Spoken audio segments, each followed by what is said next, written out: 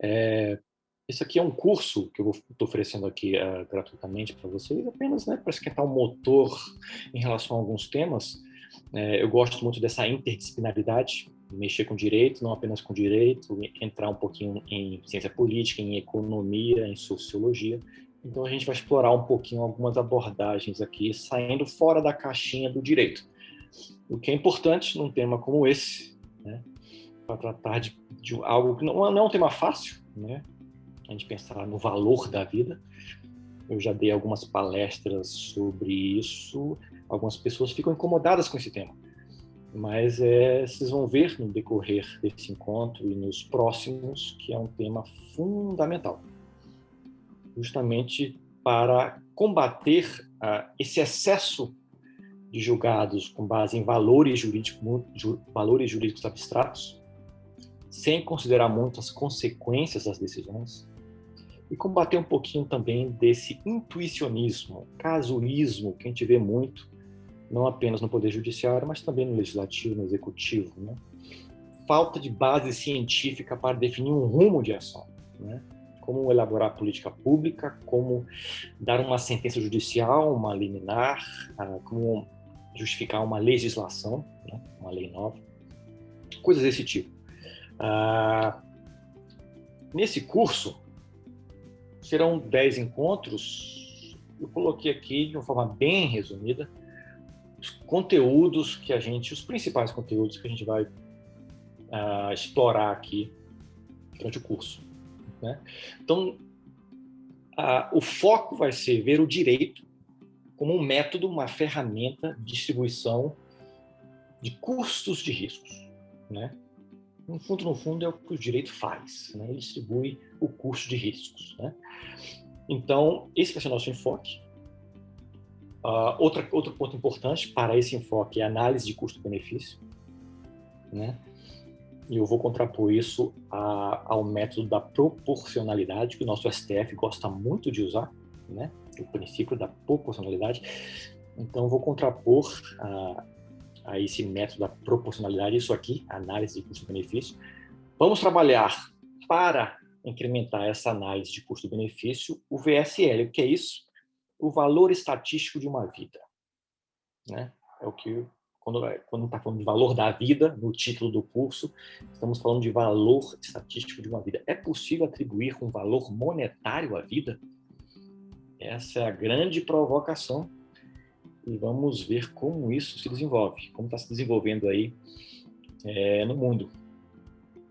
Vamos tratar também da fórmula de Rand, que é muito usada nos Estados Unidos para atribuir responsabilidade, não apenas civil quanto penal.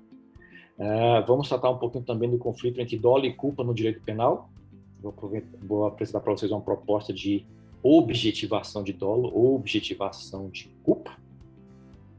Vamos tratar também de probabilidade de bias, Thomas Bayes, a figura de um novo homem médio. O direito gosta de trabalhar com o homem médio, a figura do homem médio, né? Então, vou apresentar para vocês um novo homem médio bayesiano, um cidadão bayesiano, aquele cidadão que calcula e atualiza os riscos com base na sua experiência de vida, né? Vamos trabalhar também um pouquinho com teoria dos jogos. Os jogos de coordenação e de cooperação são fundamentais para dar mais cheiro e cor para o que estamos falando.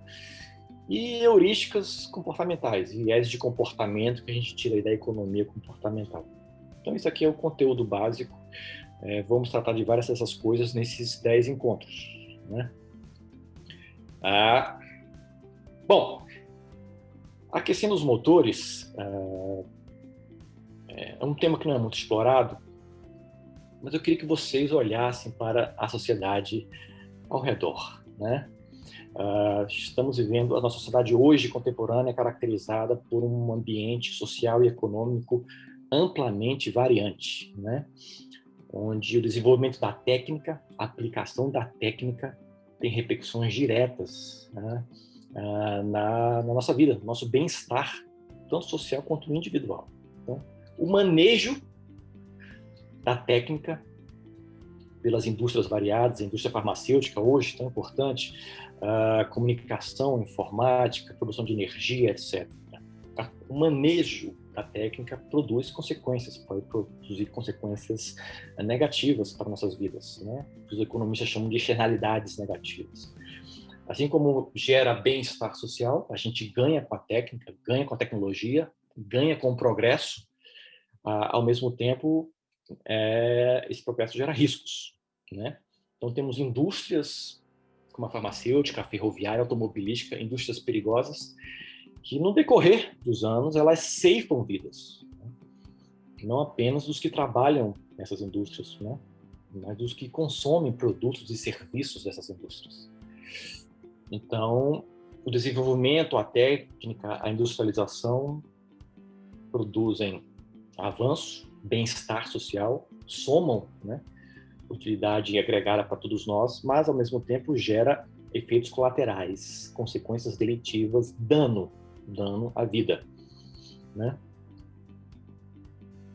E o direito é fundamental para distribuir os custos desses riscos que a modernidade gera, né? É uma ferramenta fundamental, justamente para dar incentivos da forma como o direito vai operar, não apenas na produção da legislação, como nas decisões judiciais, na forma como os juízes julgam, dar ou não uma liminar,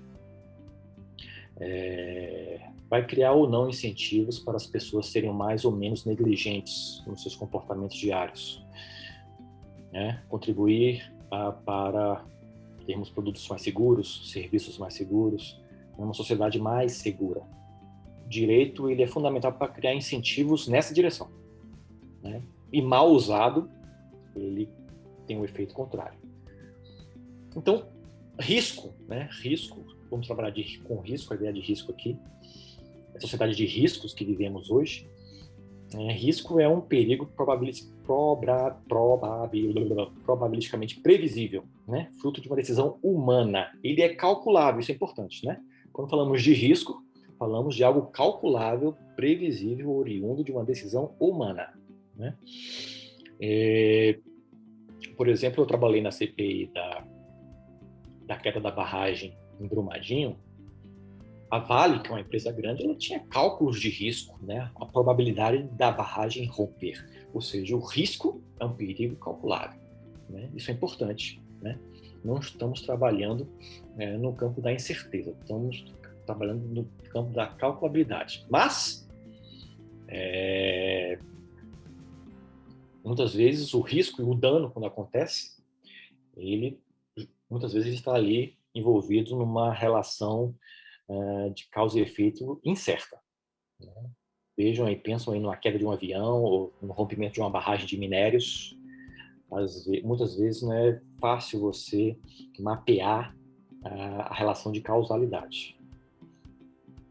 Então, o direito vai ter um papel importante, como eu falei para vocês, como método de distribuição dos custos dos riscos, né? Estamos, então, quando você decide acelerar o carro numa estrada, você está se expondo a risco. Quando você fuma, você está se expondo a risco. Quando você consome um alimento exótico, você está se expondo a risco. Mora próximo a uma barragem de minérios, não é? Viaja de avião, né? Toma um medicamento, toma uma vacina, né? A questão da vacina, né?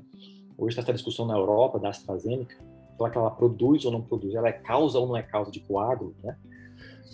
Então, estamos expostos a risco. Essa sociedade de risco que vivemos hoje, estamos expostos a esses riscos diariamente, rotineiramente. E o direito, ele vem justamente para tentar distribuir o custo disso, né, na sociedade.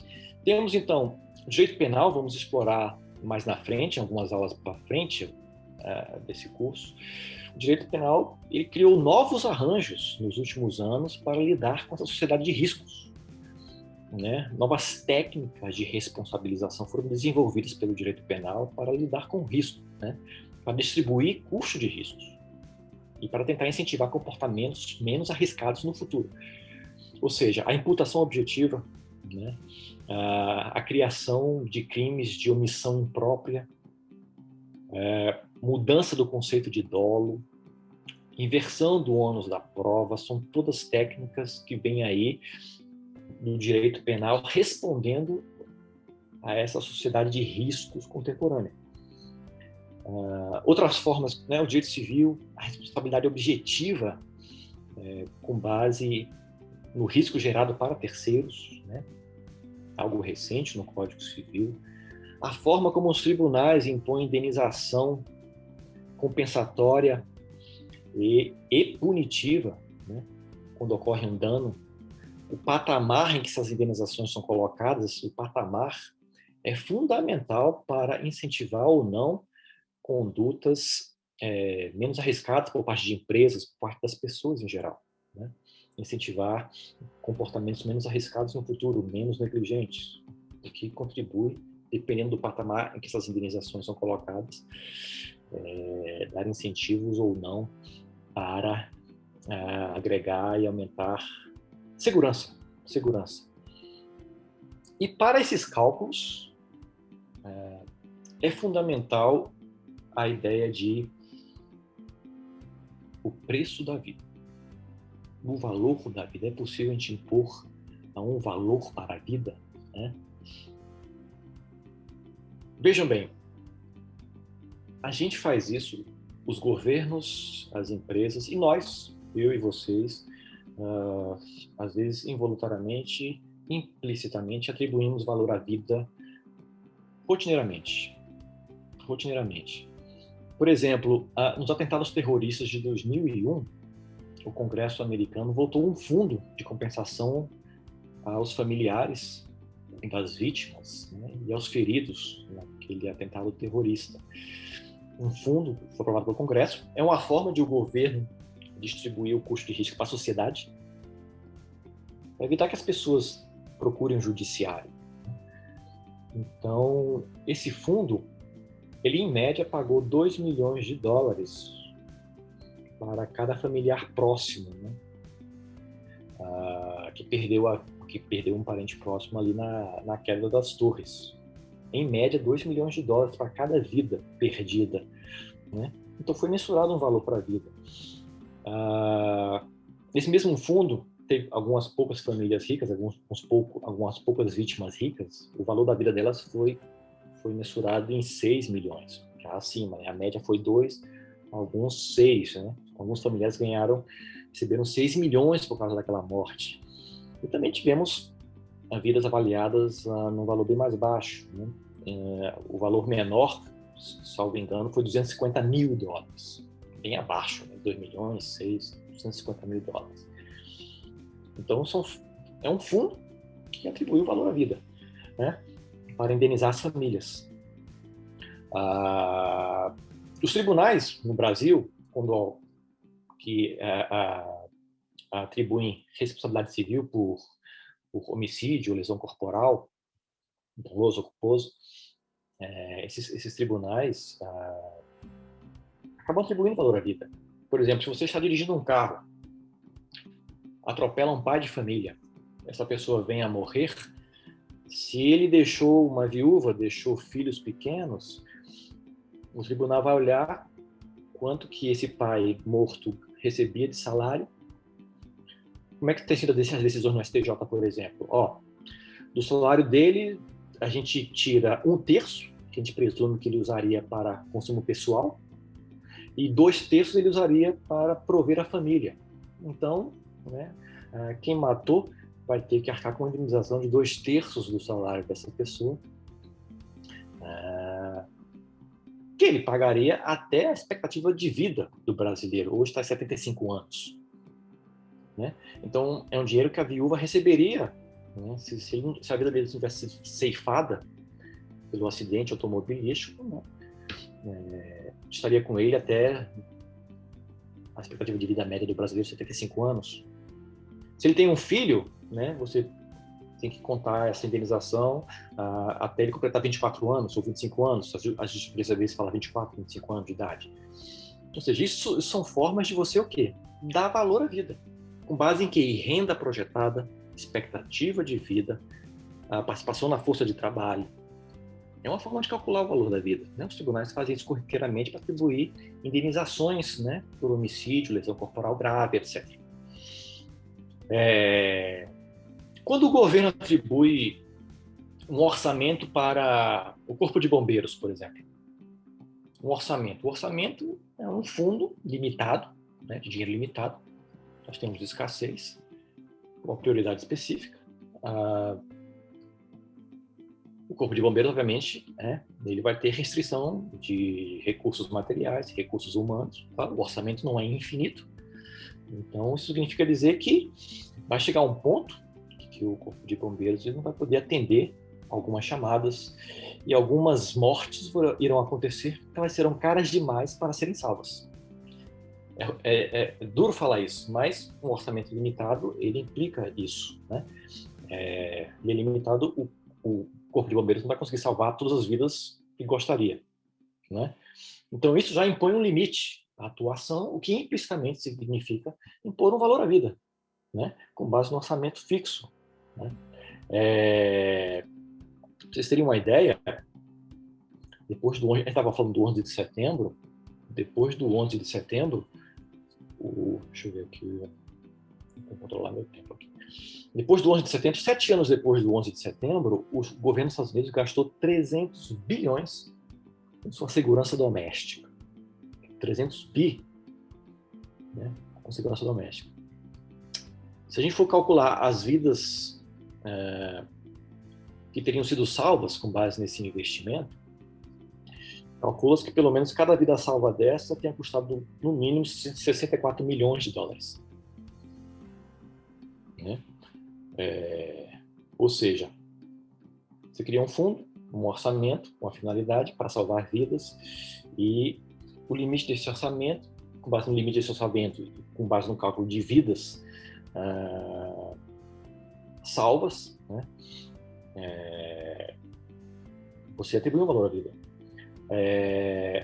Na Austrália, interessante, na Austrália, marechais do ar, depois dos atentados terroristas, marechais do ar, na Austrália, acho que cerca de 130 deles foram distribuídos entre voos domésticos e internacionais, né, para aumentar a segurança dos voos. Os australianos gastaram cerca de 27 milhões de dólares australianos por ano nisso aí.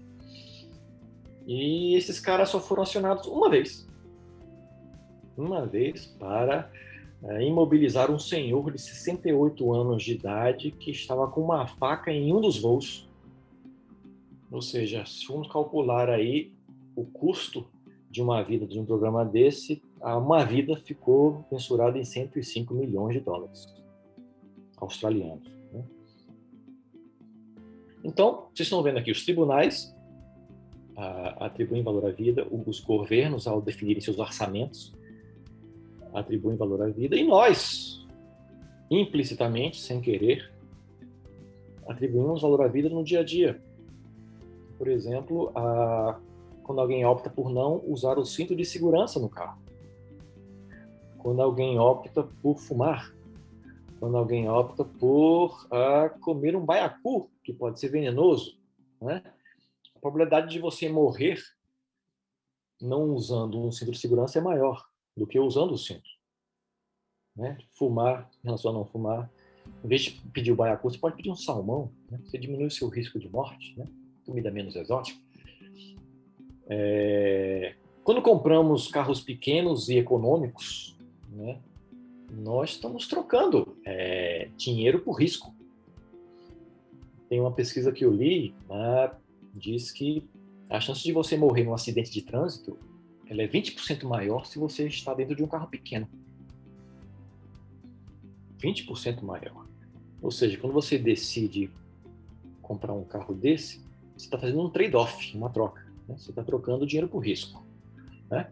Quer dizer, a gente faz esse tipo de troca diariamente. Quando a gente... Imagina vocês, eu lhes pergunto, será que algum de vocês estaria disposto a pagar 50 mil reais a mais num carro novo, mais seguro, que diminua esse risco de morte em 20% em relação ao carro que vocês têm hoje? Quantas pessoas pagariam 50 mil reais a mais em relação ao carro que elas têm hoje para reduzir em 20% o risco de morte? Ou seja, algumas pessoas pagariam, outras não. Quer dizer, a gente põe realmente limite ao gasto com segurança. Né? Se a gente acelera o carro na estrada, A gente está negociando trocar um acidente por chegar mais rápido no destino. Já pensaram sobre isso? Já pensaram dessa forma? Quando você acelera o carro, né? Você está fazendo uma troca, né?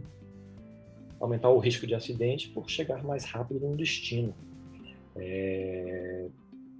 Diz que se você diminuir a velocidade em 30 km por hora nas vias urbanas, o risco de acidente fatal diminui em 90%. Ou seja, quando a gente decide apertar o acelerador, a gente está fazendo um trade-off, né? Uma troca, né? E assumindo mais risco, né? Então, tudo isso são formas de a gente atribuir implicitamente valor à vida, né? Mas o próprio mercado ele compensa essas escolhas, né? O próprio mercado ele compensa essas escolhas. Por exemplo, um carro menor e econômico, obviamente ele é mais perigoso, como falamos aqui, mas ele é mais barato. Então você vai pagar um preço menor por ele, né? Se você vai comprar uma casa num bairro violento, você vai pagar menos por ela. Se você vai comprar uma casa num local perigoso, né? No morro, se tiver chuva forte, sua casa pode cair, você vai pagar menos por ela, né? Então há uma compensação, o mercado compensa, né? Mas não necessariamente um mercado eficiente nessas livres transações, porque as pessoas elas têm uma certa dificuldade em calcular o risco, o que a gente chama de falha de mercado. Tem uma falha de mercado aí, fruto de assimetria de informação em relação a esses riscos. As pessoas tendem a sobrevalorizar riscos são pequenos, por exemplo, terrorismo, tornado, ser atacado por um tubarão na praia, queda de um avião. As pessoas superestimam esse tipo de risco, que na verdade são riscos baixos, e as pessoas subestimam riscos que são altos, por exemplo, uma doença coronária, uma AVC, diabetes. As pessoas elas não conseguem bem acessar o risco, né? Então, isso é considerado uma falha de mercado, o que prejudica essas transações livres no mercado. Então, quando isso acontece, o direito ele é fundamental para fazer a diferença. Por uma questão simples, não sei se já ouviram falar do teorema de Coase. Coase dizia que as pessoas deixadas livremente para negociarem livremente, transacionarem livremente no mercado, elas tendem a chegar, independentemente da lei, a resultados ótimos, eficientes, quando os custos de transação são baixinhos. Mas nesse caso aqui, quando as pessoas não conseguem acessar os riscos de forma adequada, não conseguem calcular a probabilidade ou a intensidade de risco, como esses exemplos que eu dei agora há pouco, isso é uma falha de mercado, isso vai prejudicar na transação, na negociação de preços, né? Comprar uma casa, comprar um carro usado. Então, o custo de transação já é alto, né? Então, quando o custo de transação é alto, a lei vem e o resultado ótimo depende da lei, depende do direito. Então, o direito é importante. Nessas situações, temos falhas de mercado, custo de transação alto, né? Então, o direito, como falei para vocês, é um método de distribuição de custos de risco. Ele é fundamental para fazer com que a sociedade se torne mais segura, que as pessoas se tornem menos negligentes e adotem comportamentos menos arriscados. Então, como eu falei para vocês, tem várias técnicas do direito penal, tem várias técnicas, eu citei algumas rapidamente, vamos aprofundar isso mais na frente, o direito civil e a forma como se calcula e se julga esses processos, né? Vamos contrapor aqui análise de custo-benefício com análise de proporcionalidade, né? Muito bem. E temos aí eu botei esse gráficozinho aqui, eu gosto de gráficos, né? O gráfico é bom, porque ele, com uma imagem, ele te poupa uns 3 parágrafos, né, de texto. A gente está falando do orçamento do bombeiro. Lembra que eu falei do orçamento do bombeiro? Que ele implicitamente, ao impor um orçamento ao corpo de bombeiros de uma cidade, você implicitamente, o governo implicitamente está atribuindo um valor à vida. Porque aquele orçamento tem limite. Então, vamos algumas vidas não vão conseguir ser salvas, porque o bombeiro tem limitação de recursos humanos e limitação de recursos materiais. Então, algumas vidas, né, ficariam caras demais para serem salvas, porque não tem dinheiro, né? E o dinheiro há outras prioridades. Então, há prioridades conflitantes. Não existe só o corpo de bombeiros numa cidade. Nós temos que também investir em educação, em saúde, em meio ambiente, etc. Né? Então, temos escassez, recurso limitado. Então, o custo marginal, essa linha para cima aí,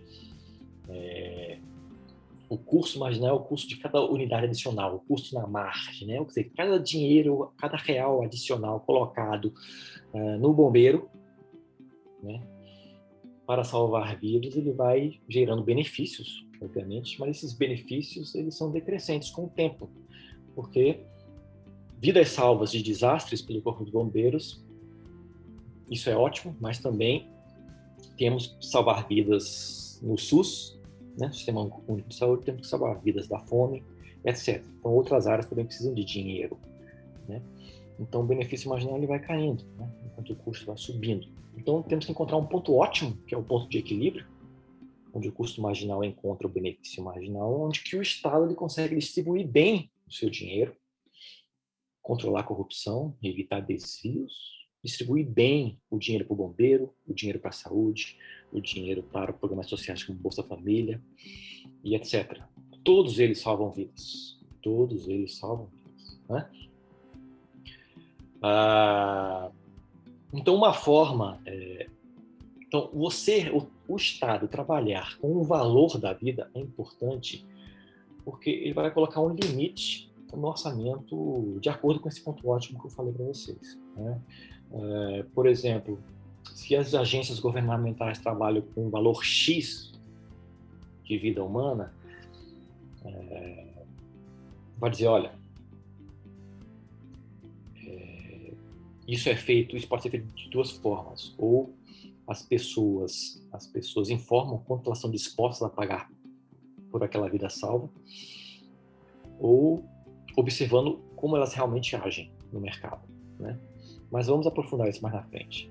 Mas o fato é, uma vez as próprias pessoas definindo o valor, quanto elas estão dispostas a pagar para cada vida salva, isso é feito, nós vamos ver isso mais na frente, o Estado com esse valor X, ele pode dizer, olha, a sociedade ela atribui o valor X para cada vida salva em um acidente de trânsito, por exemplo. Ou seja, eu, Estado, eu só vou canalizar um orçamento para melhoria de estradas que se limite a X milhões para cada vida que eu espero salvar, né? Que é o que a sociedade em que eu vivo, né, as pessoas estão dispostas a pagar. Por que isso é importante? Isso evita corrupção. Porque a partir do momento em que você tem que fazer um cálculo de custo-benefício, como a gente olhou aqui, todo o risco, proteger a sociedade de riscos é importante, mas isso implica custos, né? Como nesse gráfico que a gente viu agora há pouco, implica custo. Então, o risco, ele demanda uma análise de custo-benefício, né? Até que ponto cada real a mais é útil para a sociedade, para salvar uma vida a mais, né? Então, se você exige uma análise desse tipo de custo-benefício, sempre contrapor o custo com o benefício, você exige que o governante, o agente público, justifique nesses termos, né? Tanto o parlamentar, o presidente da República, ou o juiz que dá uma liminar. Então, se você fecha a argumentação assim, como análise de custo-benefício, atribuindo um valor monetário à vida, fica fácil você identificar orçamentos superfaturados ou subfaturados. E o agente público vai ter que se explicar. Não apenas ele, mas como o juiz que dá uma liminar. Um juiz que dá uma liminar que decreta um lockdown, por exemplo. Isso tem custo, gera risco. Você pode salvar vidas no sistema de saúde, mas gera desemprego e vidas são ceifadas indiretamente. Isso é um tema interessante, né? Sempre vamos ter aí, em geração de risco, uma análise de custo-benefício embutida. Então, isso reduz corrupção, reduz a influência de grupos de poder pelo orçamento, torna ele mais transparente, né? Uma das coisas boas desse tipo de análise. Bom, deixando essa introduçãozinha, vamos entrar um pouquinho nessa evolução histórica dessa sociedade de riscos, né? Deixa eu beber aqui uma aguinha. Aqui, com esse processo de industrialização, principalmente no século XIX, século XVIII, século XIX, início do século XX, a sociedade, principalmente no direito penal, trabalhava com a ideia de risco permitido amplo. Justamente para quê? Uma tolerância maior ao risco, justamente para que as indústrias se desenvolvessem. Quer dizer, é um processo de industrialização, né? Então, não havia interesse de se exigir das empresas que usassem sempre o melhor material, máximo de oferecer a melhor segurança no serviço oferecido. Não tinha. Por quê? Porque elas tinham que ter um excedente de capital para reinvestir e garantir o ritmo do progresso econômico seja adequado, né? Então, a sociedade ocidental estava num processo de industrialização, né? Então, nessa época se trabalhou com a ideia de risco permitido amplo, né? E com o tempo, meados do século XX para cá, temos aí um processo de restrição, né? Uma era de risco permitido restrito, né? Com as esferas de liberdade vão se estreitando. Então, o direito civil e o direito penal começam a fazer novas exigências, novos cálculos de responsabilização, né?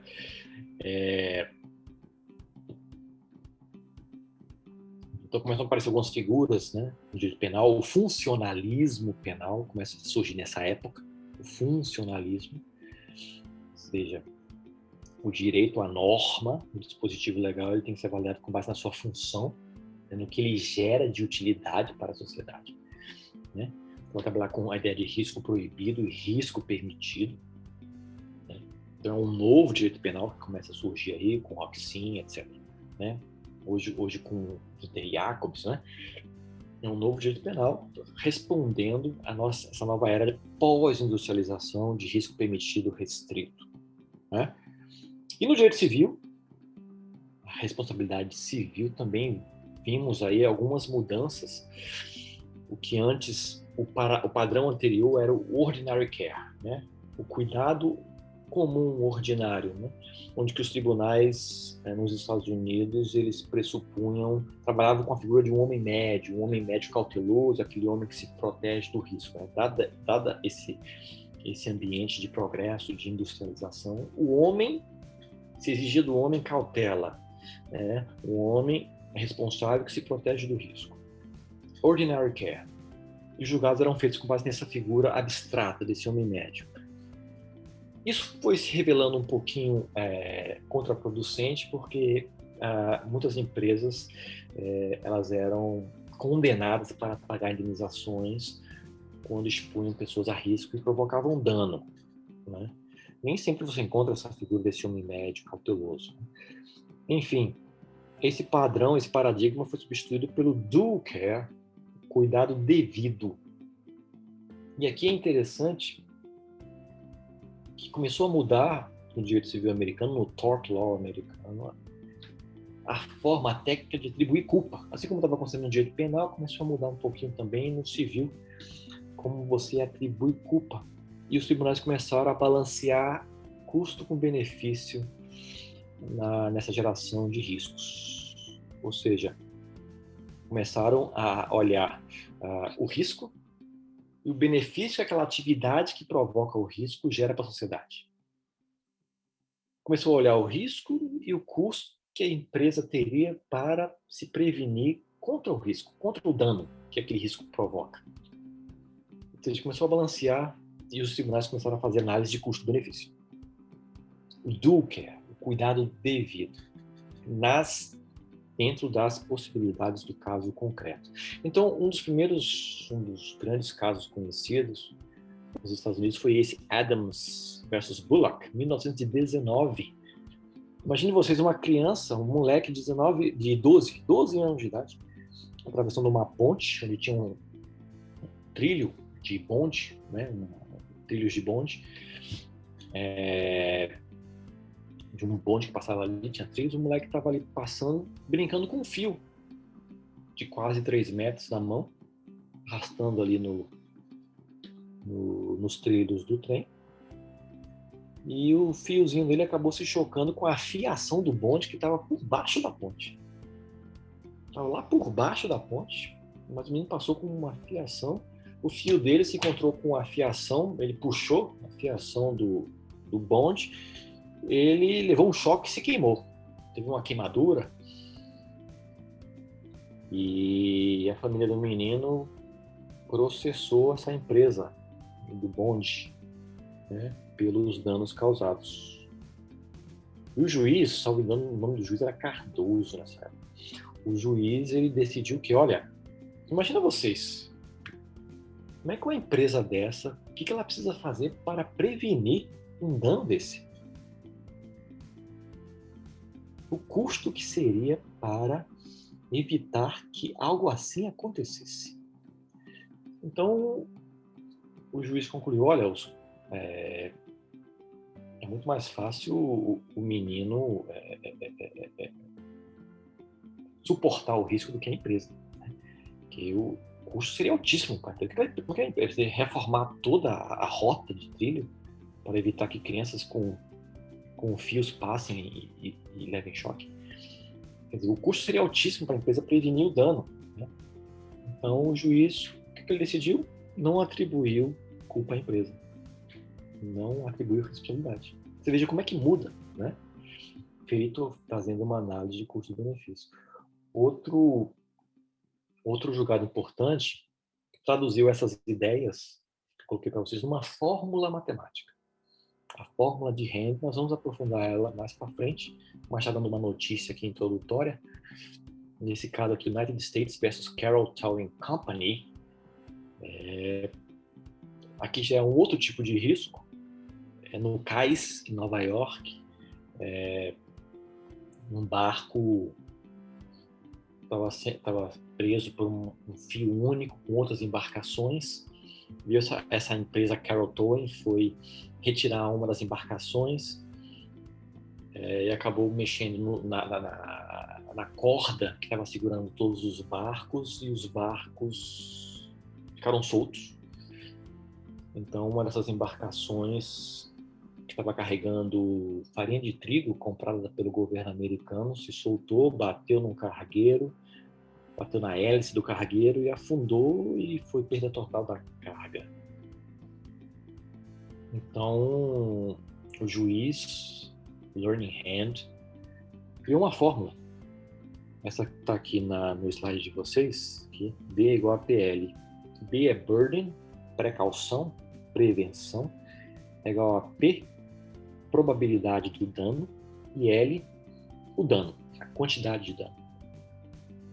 Ou seja, se a empresa poderia ter evitado, né, o dano, aqui ele está controlado pela probabilidade, né? A probabilidade do dano acontecer versus a quantidade desse dano. Se a empresa poderia ter se precavido desse dano a um custo mais baixo, né, e não o fez, ela é responsável, né? Caso contrário, não se atribui culpa, né?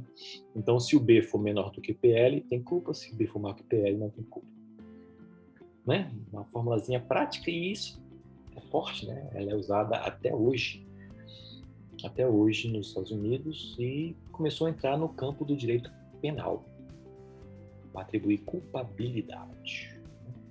Algo claro, transparente, objetivo, matemático, faz uma análise de custo-benefício, né?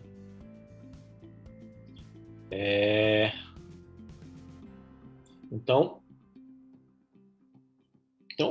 teremos casos em que a sociedade vai ter que internalizar o risco quando a empresa não for responsável, e terá casos em que a empresa vai ter que internalizar o risco. Ela podia ter evitado o risco a um custo mais baixo, ela vai internalizar o risco. Se não, a sociedade internaliza o risco. Ou seja, o que esses julgados estão dizendo? Olha, a sociedade Às vezes, né, nós vamos, para gozarmos do avanço técnico, gozarmos da tecnologia, gozarmos do progresso econômico, às vezes nós vamos ter que internalizar riscos, né? Nem sempre a empresa vai ser culpada, né? Então, começaram, como vocês estão vendo aí, uma análise bem sofisticada de cálculo de risco.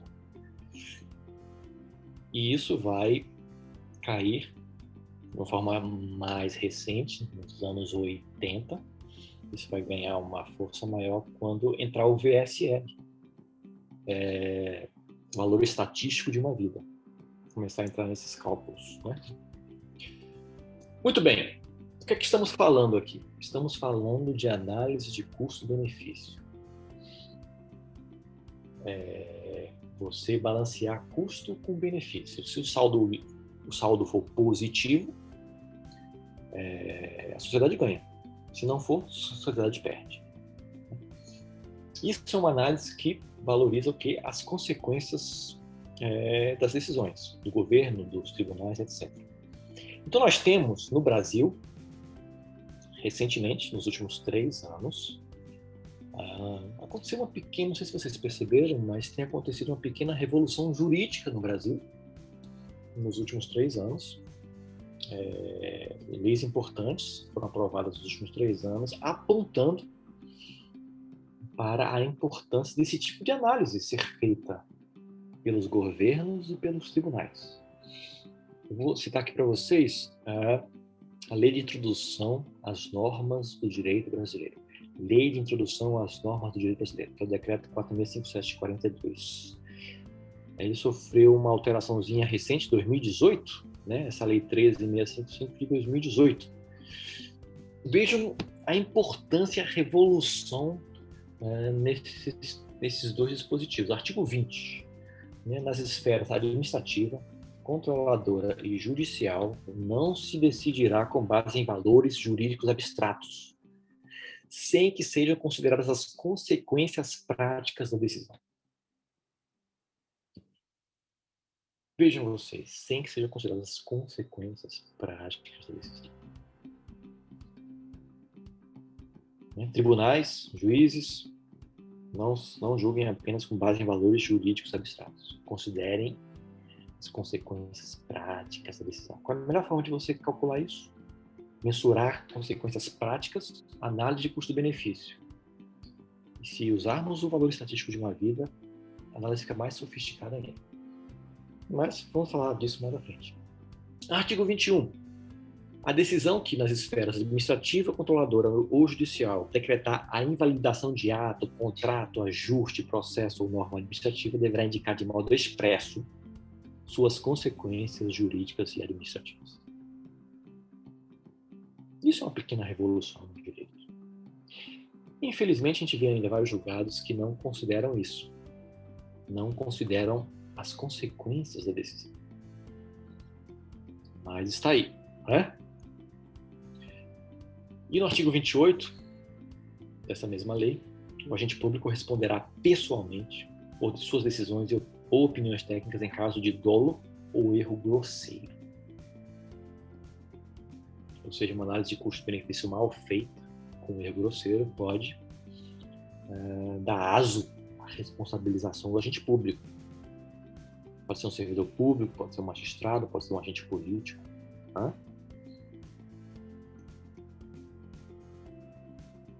Outra lei, a conhecida Lei de Liberdade Econômica, a Lei 3874 de 2019, uma pequena revolução gloriosa no Brasil.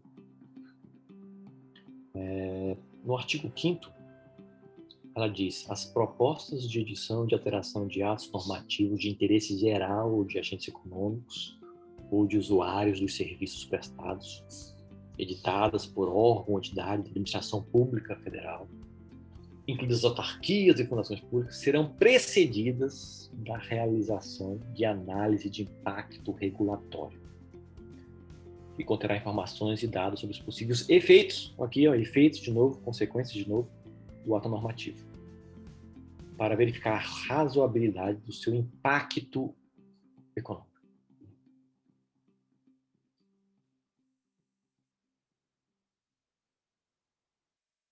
Então, uma pergunta que a gente pode se fazer nesses tempos de pandemia, quando os governadores, os prefeitos, eles decretam uma medida restritiva como os lockdowns, busquem lá se eles estão se embasando em relatórios de impacto, análise de impacto regulatório.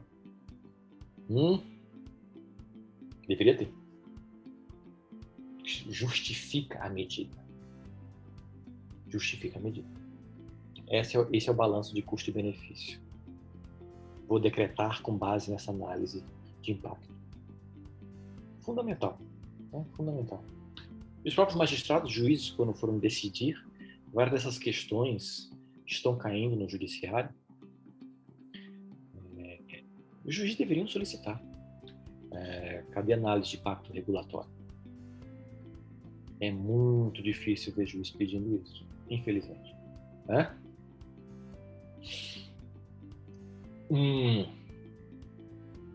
Nós falamos disso aqui mais cedo, né?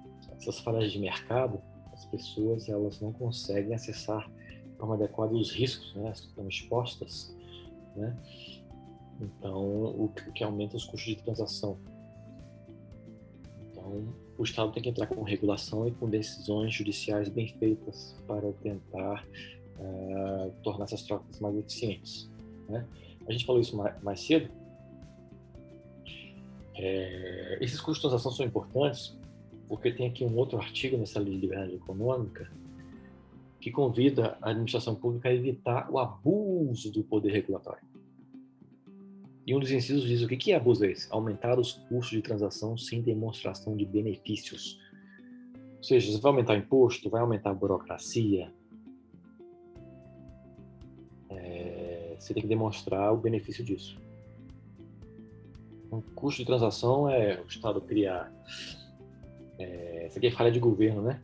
Custo de transação, o Estado aumentar imposto, aumentar a burocracia, papelada, etc. e tal, e não mostrar qual é o benefício decorrente, né? Então isso é importante, né? Isso você pode aplicar lá aquela ideia do orçamento do bombeiro que a gente falou mais cedo. Isso vem de uma pressão da OCDE, né? Que os governos apliquem análise de custo-benefício. O Ronald Reagan, nos Estados Unidos, tem algumas ordenanças que começou a exigir análise de custo-benefício para suas agências governamentais já na década de 80. Né? Isso no Brasil está chegando agora. O Ronald Reagan começou com isso nos Estados Unidos na década de 80. O Brasil só está começando com isso agora, né? De 2018 para cá. Num movimento mais sistemático, num movimento mais forte. Então, a OCDE vem, né, pressionando os países que façam esse tipo de análise.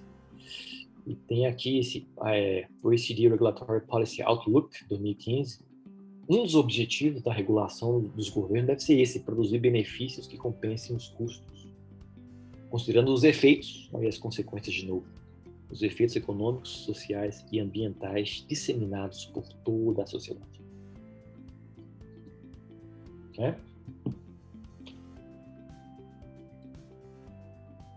E outro ato normativo fundamental,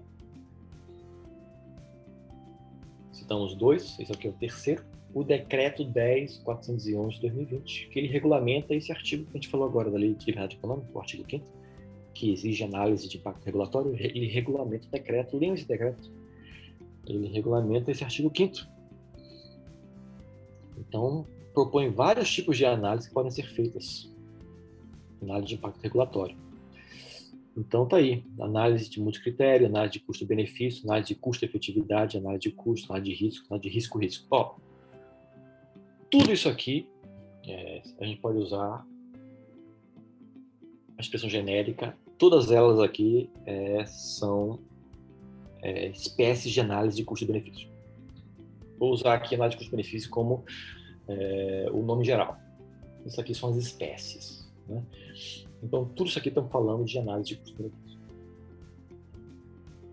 Você calcular o impacto mensurar a consequência da decisão. Não são técnicas diferentes, nós vamos vê-las mais para frente, né? Nos outros encontros. Então, já que chegamos ao decreto 10.411, tem uma ideia por trás da análise de custo-benefício. O que se quer é gerar bem-estar social e eficiência. Ganho de bem-estar social, ganho de eficiência. Quando os economistas falam de eficiência, normalmente eles querem dizer maximização de riqueza total. Né? O que significa isso? Se grupos ganham com a nova regulação ou com uma decisão judicial, se um grupo ganha, ele tem que ganhar o suficiente para compensar o grupo que perde.